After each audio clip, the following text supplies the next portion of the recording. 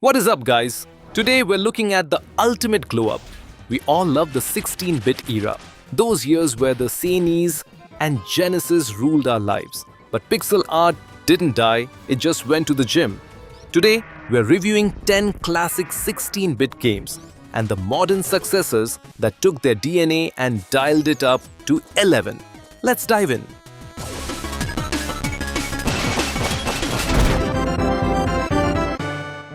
Ogre Battle was the deep bench strategy game of the 90s. It was complex, sweeping, and felt like commanding a real revolution. You managed reputation, units, and even the time of day. It was incredibly difficult and didn't hold your hand for a second. It was the kind of game you sat down with for a whole weekend just to make a dent. Grand strategy at its most punishing and rewarding, a true heavy hitter. And now, Unicorn Overlord, the best title ever. It takes that tactical depth and adds the most beautiful hand-drawn art you've ever seen. I spent 40 minutes setting up if-then logic just so my units could win a battle in 3 seconds. I've never felt more like a stressed-out middle manager, and I loved every second of it. Watching your master plan come together is a high unlike any other. It is tactical perfection. 回復するわ。当然の結果だな。天は見ているのだ。私を見ておけ。Chrono Trigger is the GOAT, the greatest of all time. Multiple endings, a talking frog, and a combat system that still holds up. The music alone is enough to make a grown man cry. It was the dream team of developers making magic. It's a game about friendship and the idea that a bunch of kids could change the fate of the planet across a million years. It is quite simply a flawless experience from start to finish. Sea of Stars stepped up to the plate and hit a home run. It's a warm blanket of nostalgia with modern lighting that makes your eyes happy. The combat has a timing mechanic that makes every hit feel impactful. If you miss the button press, you feel like a failure. If you hit it, you're a god of war. It doesn't reinvent the wheel. It just makes the most beautiful wheel you've ever seen. It's a love letter that never feels cheap.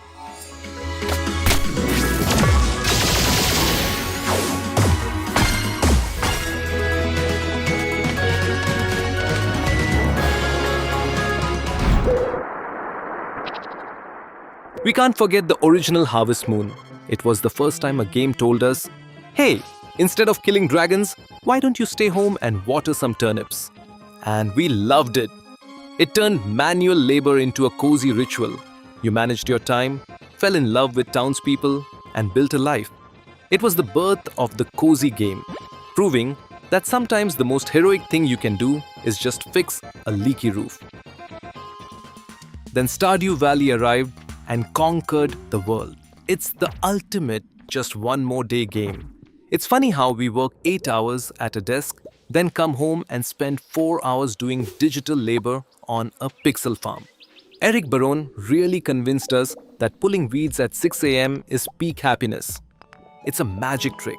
It's a game about community, relaxation, and realizing you're better at farming in pixels than in real life.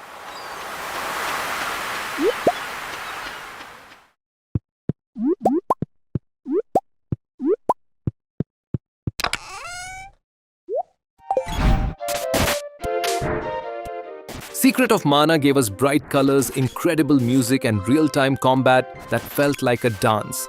It was the social RPG of the era since you could play with friends. The ring menu was revolutionary, even if the teammate AI was sometimes as dumb as a bag of hammers. But when that music kicked in and you were flying across the map on a dragon, none of that mattered. It was pure, unadulterated joy in a cartridge. Now we have CrossCode. It takes that energy and cranks it to 11. Set inside a fictional MMO, the combat is a mix of fast brawling and puzzles that will make your brain smoke. You play a character who can't talk. So it's basically a simulator of me trying to order pizza over the phone while having an anxiety attack. Relatable. The world is dense, the characters are lovable, and the combat is so satisfying you look for fights.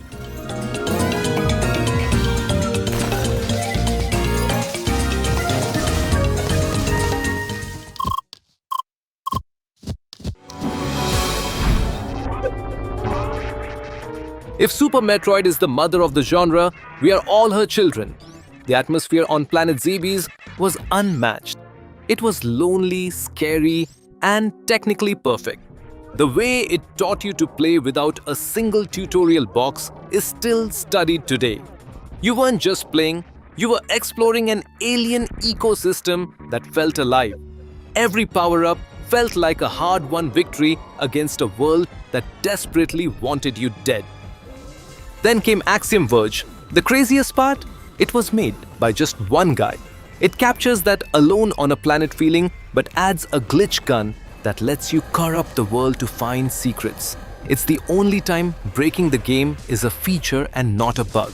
It feels like a fever dream from the 90s you found on a dusty cartridge in an attic. It's weird, organic horror at its absolute finest. Truly impressive stuff.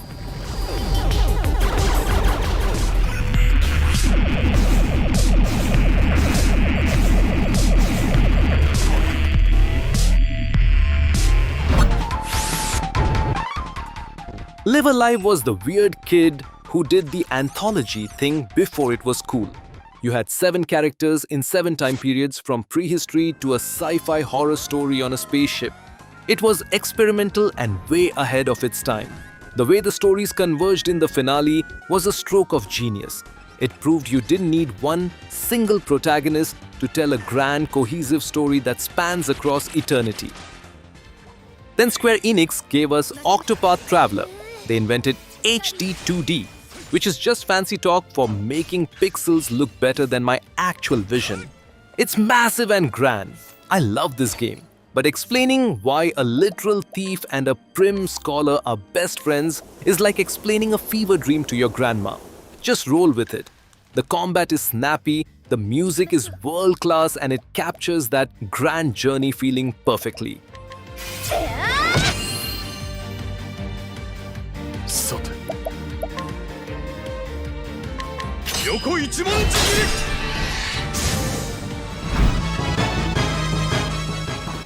Front Mission was the 16-bit king of customizing robots.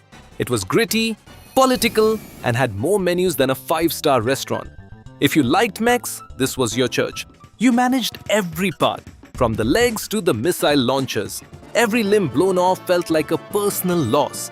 It was a slow-burn strategy game that made you feel the literal weight of these massive, clanking war machines. Enter Chained Echoes. It brings back the mechs but fixes the slow combat of the 90s. It's got skyships, magic, and robots, standard Tuesday stuff. The overdrive system keeps things fast, ensuring you're never just mashing the attack button. Finally, a game that lets me pilot a giant robot while having an existential crisis about the nature of war.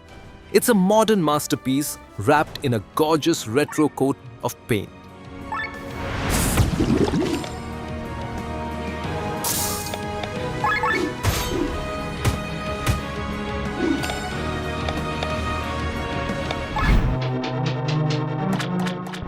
Zelda, A Link to the Past is the blueprint for adventure.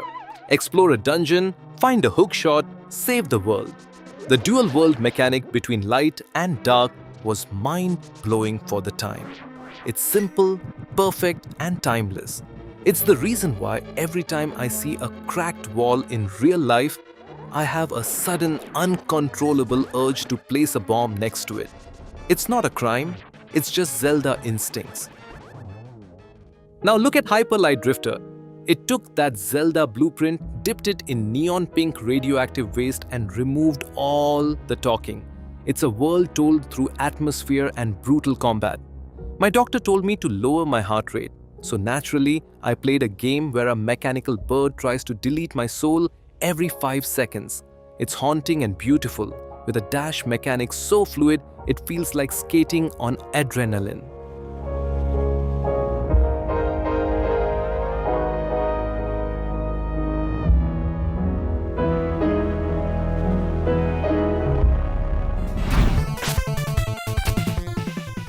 Everyone remembers Ninja Gaiden. It was famous for two things: incredible music and making children cry. It was the peak of tough but fair, though it mostly felt like the game hated you personally. The birds were demonic and the bosses were brutal. It was a trial by fire that turned us into true gamers, or at least gave us some very specific rhythmic tapping skills and a high salt tolerance. Then we got the Messenger. It starts as a love letter to that ninja pain, then BAM! It shifts into a sprawling Metroidvania mid-game. The controls are tighter than skinny jeans after Thanksgiving.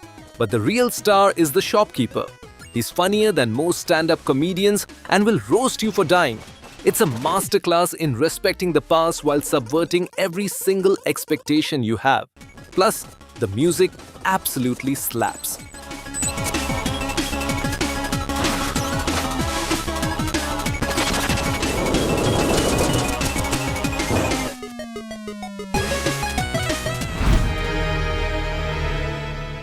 First, the king, Final Fantasy Tactics.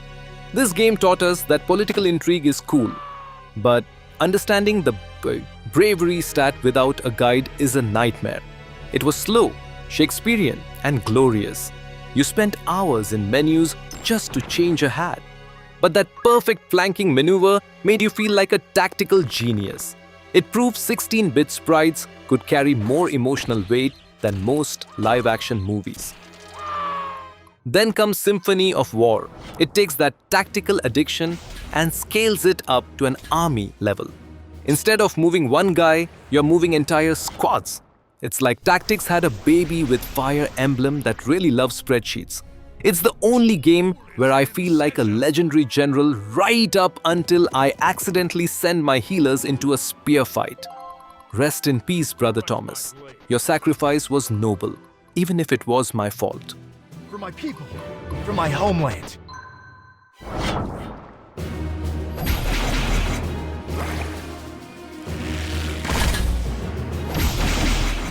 There you have it, 10 legends and 10 modern games keeping the 16-bit dream alive.